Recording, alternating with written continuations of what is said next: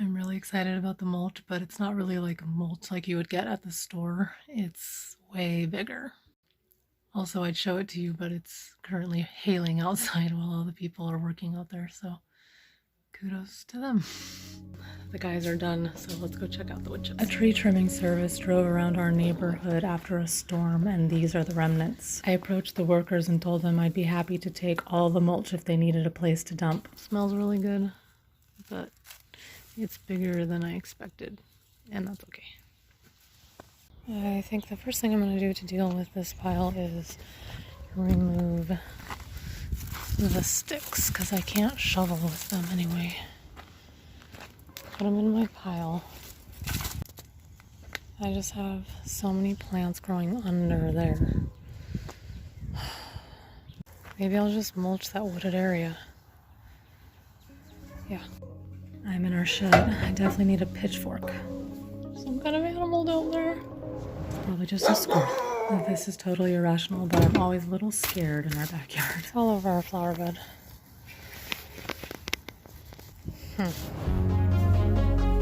So this area is a wooded area out front of our house, kind of in our front yard, I guess. And there are, I believe, 9 white pines lined in this area, and a lot of them are dying.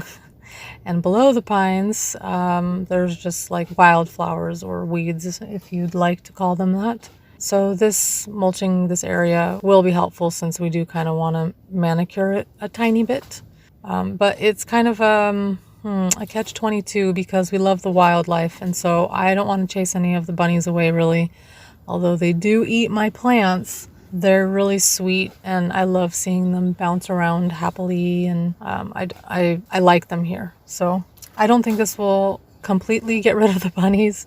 We have a whole backyard that's about half an acre of overgrown, natural environment for them. There's a bunch of birds there and everything. So, in fact, a few years ago, we found baby bunnies in the leaves when I had tried to rake them one spring.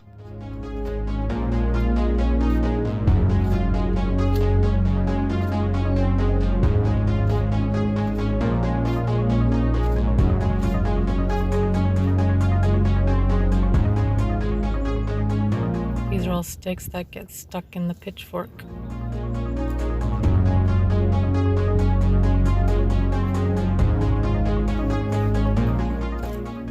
I don't know why getting my gorilla cart seems like a task more tedious than walking back and forth over and over for hours, but it is. Therefore, I am carefully trying to balance the mulch on my pitchfork without dumping it along the way.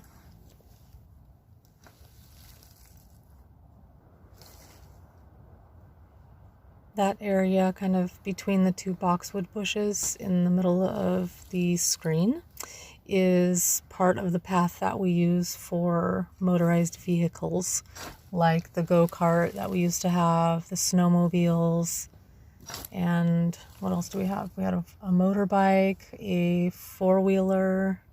Yeah, and so we take that path all the way around. It took us a while to kind of build it, if you could call it that. We just had to take out some branches and things, and we do have a video about that, actually. But it's really cool to have a space on your own property where you can play.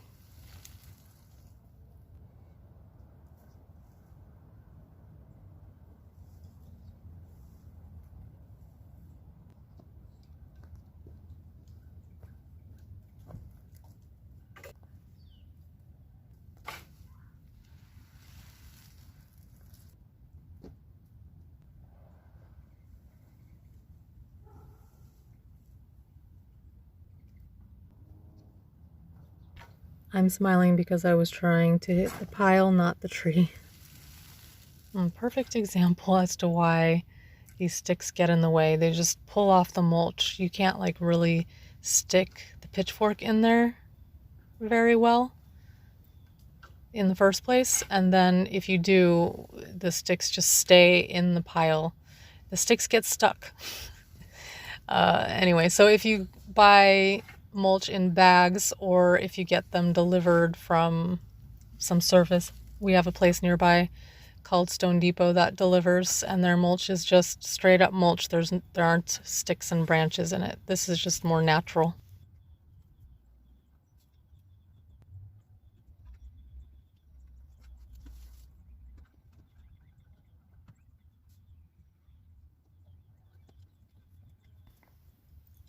I don't know how interesting it is to watch somebody mulching their yard, but I figured it would be kind of cool to make just one video showing the entire process. Oh, there's another little long stick. And I did cut out a lot of the stuff in between. Like there, I jump from one spot to the other, but it was really a long time, and I was not even close to finishing this pile.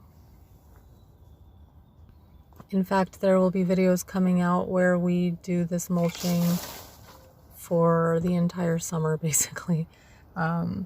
It's actually really cool because mulch costs a lot of money. I think for this kind of pile, I'd say maybe $500. I could be wrong, but I think it's like $200 per square yard, or per cubic yard, depending on where you get it from. A bag that's supposedly, is it 1 yard? I can't remember anymore, but they're like $5-6. So it can get really expensive, and this was 100% free. It just took a little bit of nerves to ask in the first place, and I did not want to ask. I was really nervous about it for sure, but I did, and they dumped it, and they were happy to, and I had a ton of mulch.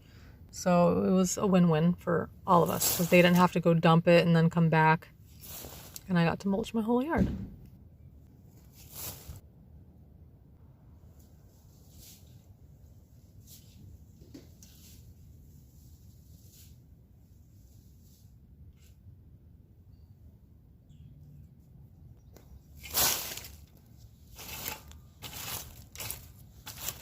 Oh, look at all the sticks poking out of my pitchfork.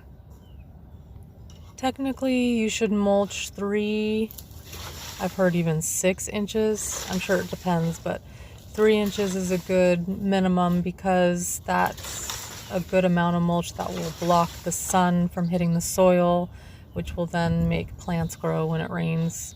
So, and by plants, I mean weeds. And the mulch is amazing to keep the weeds away.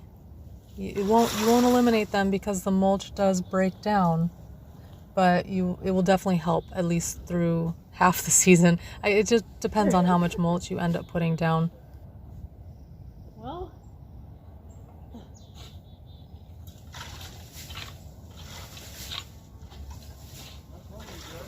huh? Yeah. I'm just gonna mulch the whole forested area. I needed to do that anyway, and I want to do there, but I don't know how I'm going to get it over there.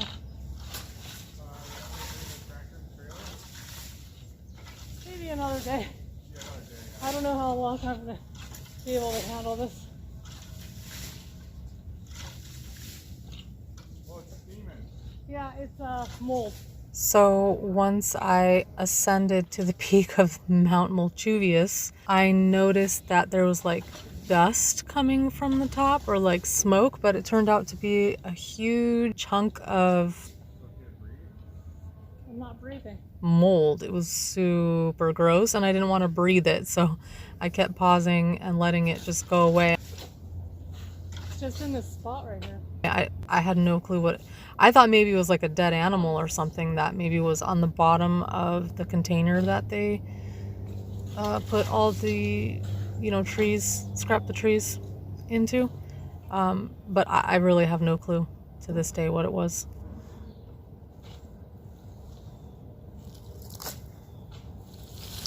I had always wanted to mulch around this maple tree, and this was the perfect opportunity.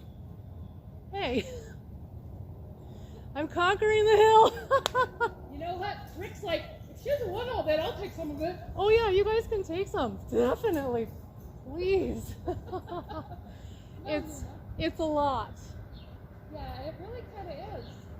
Yeah, and all of this up to like right here is a flower bed. So the They plants. ruined your flower bed? Yeah. Well, I told them to put it here, but there's a pile of mulch under here, like the dark one. So I was like, just put it on top of that. Well, it, like I said, was bigger than I thought. Yeah. So Well, anyway. I'll tell Rick if he wants them. Yeah, you guys are welcome.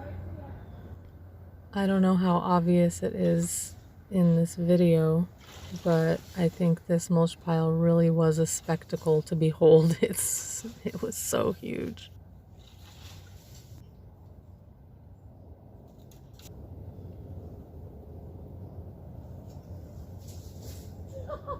I missed.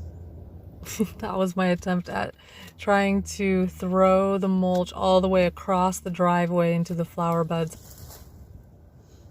Yeah, I'm definitely getting tired. I'm trying really hard to work around that moldy area.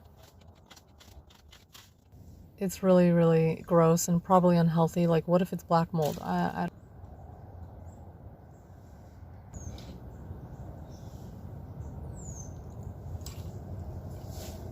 not gonna work.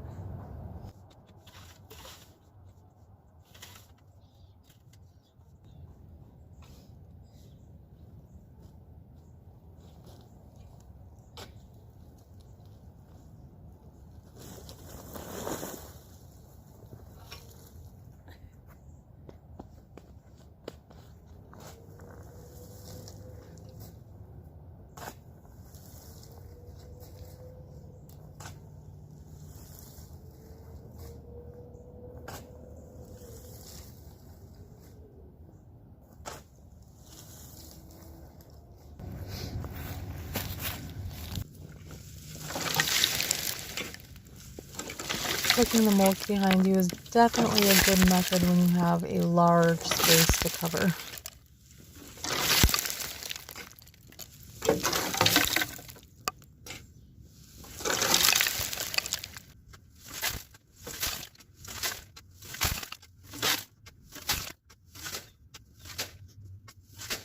It actually looks like I'm making some progress here. Like, there's a significant divot in that mulch pile. At least from this angle, it seems like it. But I assure you, this is not the case. There was a lot left.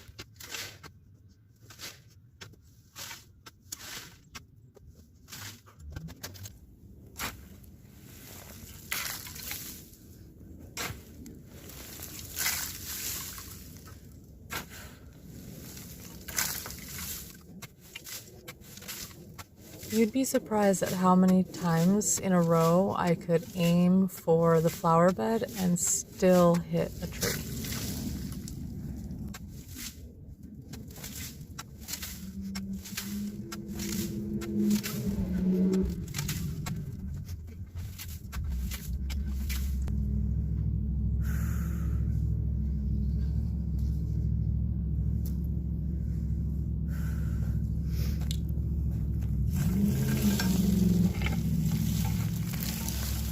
Look at all these sticks.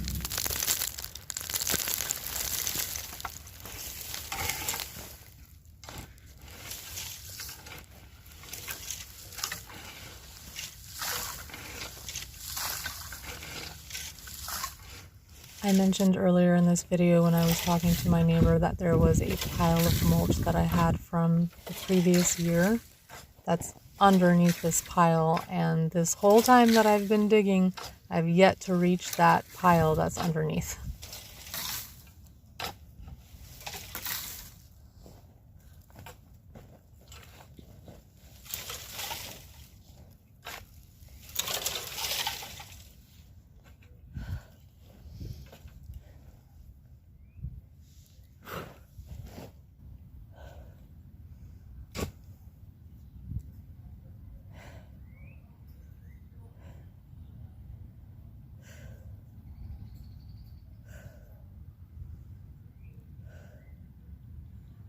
I have 3 hydrangeas under here,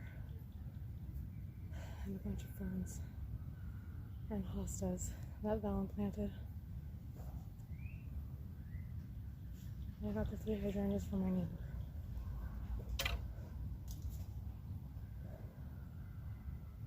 So I'm trying to save them. barely made a dent.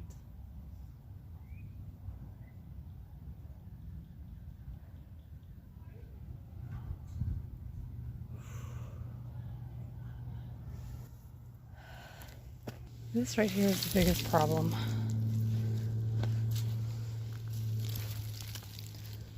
These sticks make it impossible to shovel quickly.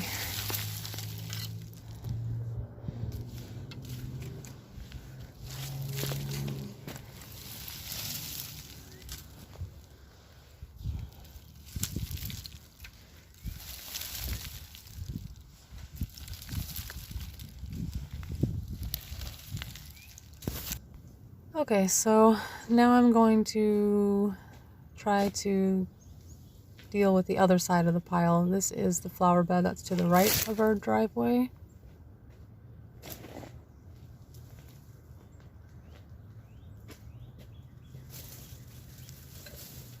This is where I was trying to throw the mulch from the pile, but I couldn't reach.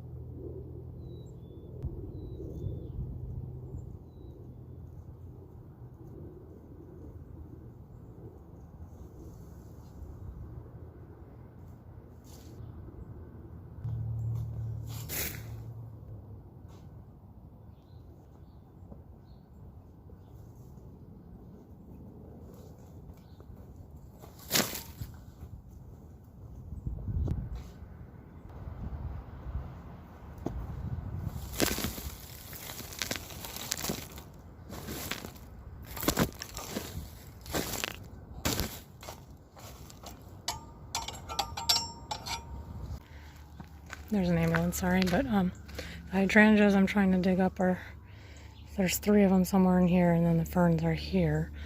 And as I dig, this is just falling, so it's kind of never ending. And of course, even if I do find them, I don't know, I'm scared I'm going to pitchfork them, you know, and break them, so I don't know.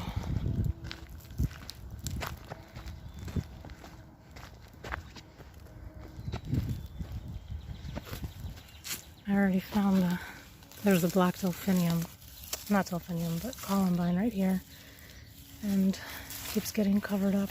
Oh, I just broke a leaf, so that may not survive this.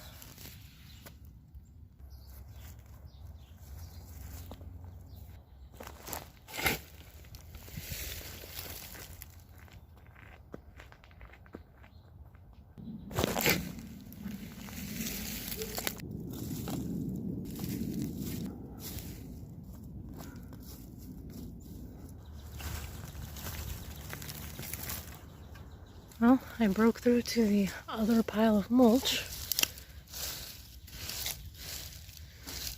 A little bit anyway. This is what I don't like about this color mulch. Look at the red leaves on this barberry against the dark mulch background.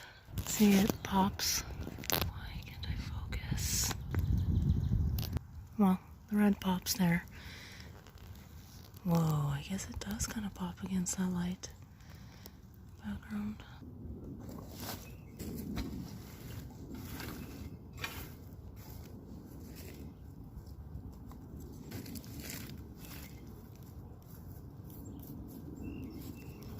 I'm not even remotely finished, but this is what I got done. The pile looks like I haven't touched it. I don't really like the look of it.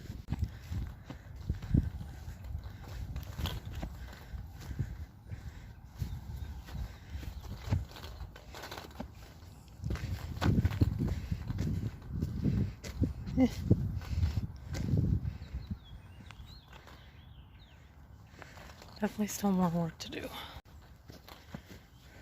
I did get a chunk out right here. Right, this is the noise you're hearing. But oh, and I found my phone's gonna die. Hopefully you can get this. But I found the hydrangea. Right. Oh, maybe I already lost it. It's somewhere right over here. One of the hydrangeas. There are three.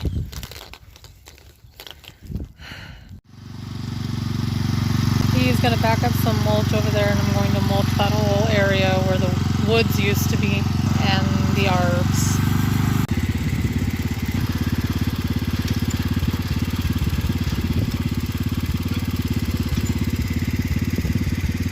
Should I be doing something? Come here, Rosie.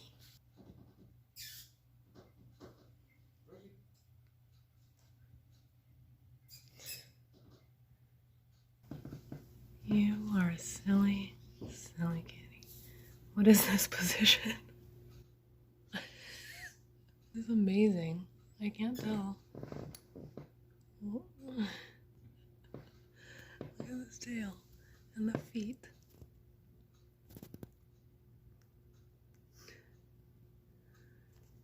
Fluff we can't touch. And the prancy pony paws. She's halfway through a twist jump. Yeah. Hi, Rosie. Are you tuckered out from being outside on the deck?